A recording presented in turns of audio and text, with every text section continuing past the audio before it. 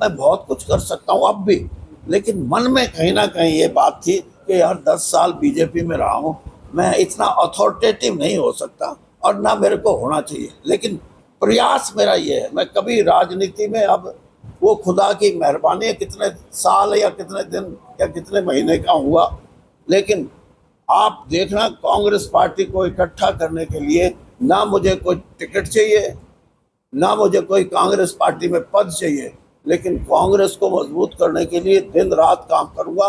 और ये भी आपको बता देता हूं कि वीरेंद्र सिंह है ये जो 90 के 90 हल्कों में बंदे मिल गए ना, तो भेज के देखो ना जिनकी बात करते फलाना MLA MP। और 1.5 साल बाद मेरे को 80 का हो गया, 1.5 साल बाद वो उसको भी रिटायर हो जाना है। वो मेरे से 1.5 साल छोटा है, इसलिए उसको 1.5 साल की छूट है। कांग्रेस पार्टी में क्या, कांग्रेस पार्टी में बोलने की इतनी आजादी है कि हिसार के सांसद बार बार इस यात्रा को ड्रामा बोल रहे हैं। यही तो आजादी है, और आजादी किसको? यानी कमाल के आदमी हैं आप।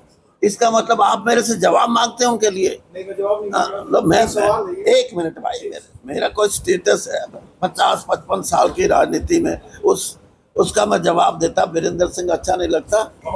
हमने बुलाया है ये, हाँ हमने, और भूपेंद्र सिंह हुड्डा को ब्रिजेंद्र नहीं बुलाएगा, वीरेंद्र सिंह बुलाएगा। और अगर थोड़ा सा जोर से बुला दूंगा तो आना पड़ेगा।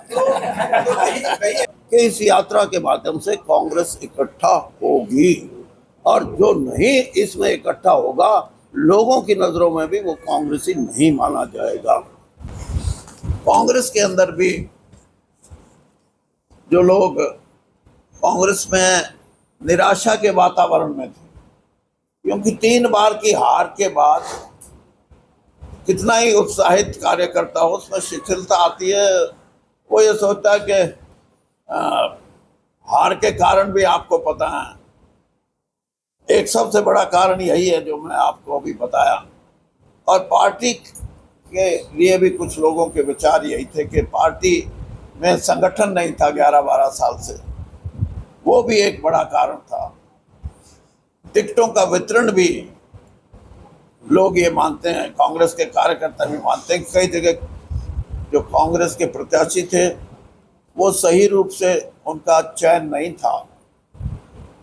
लेकिन सबसे बड़ा कारण जो छिपा हुआ था, जो कांग्रेस को उस वक्त भी नजर नहीं आया जब कांग्रेस ने अपना इलेक्शन का अभियान शुरू किया, वो यही था जो मैं बता रहा हूँ कि समाज में बंटवारे के रूप में कहीं ना कहीं भारतीय जनता पार्टी के लोग, उनको सफलता मिली है और इसीलिए कुछ हद तक वोट का बंटवारा हुआ है।